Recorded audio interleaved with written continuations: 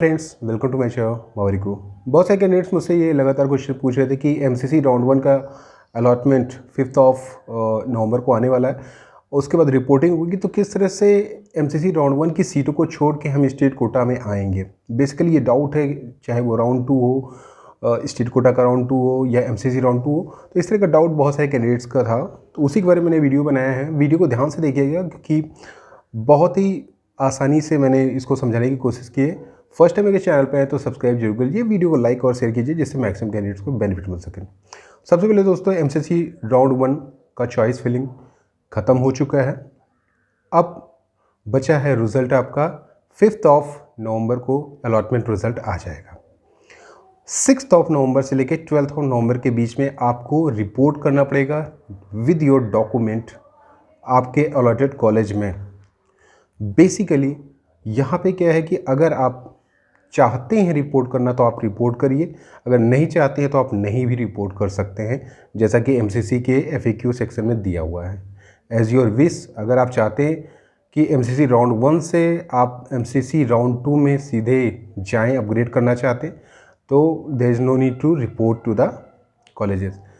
अब बहुत सारे कैंडिडेट्स मुझसे ही पूछ रहे थे कि एमसीसी राउंड 1 से कैसे स्टेट कोटा में जाएं काउंसलिंग के लिए। तो बेसिकली अगर आप शेड्यूल देखेंगे ना, तो स्टेट कोटा का जस्ट अभी नोटिफिकेशन आना ही शुरू हुआ है। जब तक स्टेट कोटा राउंड 1 की चॉइस फिलिंग तक या लॉकिंग स्टार्ट होगी या फिर जब तक अलॉटमेंट रिजल्ट आएगा, उससे पहले एमसीसी राउंड 1 की पूरा प्रोसेस कंप्लीट हो चुका है। मीन्स जो भी अलॉटमेंट रिजल्ट आएगा, रिपोर्टिंग होगी, सारा कंप्लीट हो चुका होगा। तो क्योंकि एमसीसी का जो काउंसलिंग है वो स्टेट कोटा की काउंसलिंग से कम 5 से 10 दिन आगे चलती है। मीन्स जो प्रोसेस कंप्लीट हो जाता है, क्योंकि ओवरलैपिंग नहीं होती है यहाँ पे। इस तरह से अगर ओवरलैपिंग होने लगे तो जो कैंडिडेट्स एमसीसी राउंड 1 में जिनको सीटें अलॉट है, सेम डे अगर उनको रिपोर्टिंग मिल गई स्टेट कोटा में तो प्रॉब्लम हो जाती है। तो इसलिए जो एमसीसी राउंड 1 की जो काउंसलिंग है या राउंड 2 की जो काउंसलिंग है वो स्टेट कोटा राउंड 1 या राउंड 2 से पहले होती है। उसका अलॉटमेंट प्रोसेस और रिपोर्टिंग प्रोसेस पहले ही हो जाता है स्टेट कोटा के राउंड 1 और राउंड 2 से पहले। तो समझने की बात यह है कि ये ओवरलैपिंग का केस यहाँ पे नहीं है। दूसरा कि सीधे आप एमसीसी राउंड 1 में रिज़ाइन करके आप सीधे स्टेट कोटा राउंड 1 में पार्टिसिपेट कर सकते हैं, वहाँ की सीटें अगर आप लेना चाहते हैं तो। बेसिकली इसमें कोई भी प्रॉब्लम नहीं होती है, बशर्ते ये कि ये ध्यान में रखिएगा कि दोनों सीटों को ब्लॉक मत करिएगा कि एमसीसी राउंड 1 में जो सीटें अलॉट हुई हैं उनको भी आपने रिज़ाइन नहीं किया और स्टेट कोटा में भी आप सीटें ले रहे हैं। तो एक सीट को रिज़ाइन करके ही आप दूसरी सीट को ले सकते हैं। अगर आप अपग्रेड लेना चाहते हैं एमसीसी राउंड 1 में तो आप अपग्रेड भी कर सकते हैं। और यहाँ पे स्टेट कोटा राउंड 1 में जिस तरह से आपको देखना पड़ेगा कि आपको करना क्या है, क्योंकि एक साथ 2 सीटें आप रख नहीं सकते हैं। तो स्टेट कोटा राउंड 1 में अगर कोई सीट अलॉट होती है आपको और एमसीसी राउंड में सीटें अलॉट होती है, तो ये दोनों के बीच में बहुत सारा गैप होगा आपको, तब तक आप सोच सकेंगे, क्योंकि ओवरलैपिंग नहीं होगी यहाँ पे। अगर आप ये सोचेंगे ओवरलैप हो जाएगा, दोनों ओवरलैप नहीं होगा, वो प्रोसेस काफ़ी आगे चला जाएगा। यहाँ पे राउंड 2 स्टेट कोटा राउंड 2 का जो प्रोसेस है वो काफ़ी पीछे चलता रहेगा।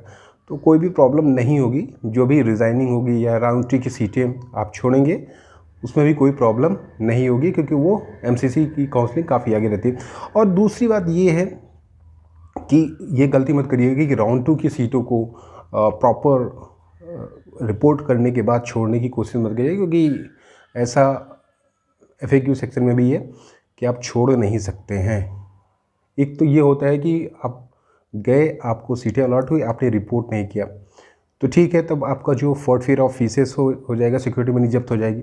एक होता है कि प्रॉपर आपने सब कुछ अलॉटमेंट रिजल्ट हुआ, आपने पूरा रिपोर्ट कर दिया, कॉलेज के अंदर जाके पूरा डॉक्यूमेंटेशन कर दिया, उसके बाद आप सीटों को नहीं छोड़ सकते। तो ये गलती मत करिएगा। राउंड 2 चाहे स्टेट हो चाहे फिर आपका एमसीसी राउंड 1 हो, तो बेसिकली ये गलती मत करिएगा। बाकी स्विचिंग चलती रहेगी, कोई प्रॉब्लम नहीं आएगी उसमें, क्योंकि ये जो प्रोसेस है वो काफ़ी आगे चलता है। एमसीसी वाला स्टेट कोटा के काउंसलिंग से पहले होता है ये सारा, तो फिर आपको प्रॉब्लम नहीं आएगी। That's all, thanks, bye, take care.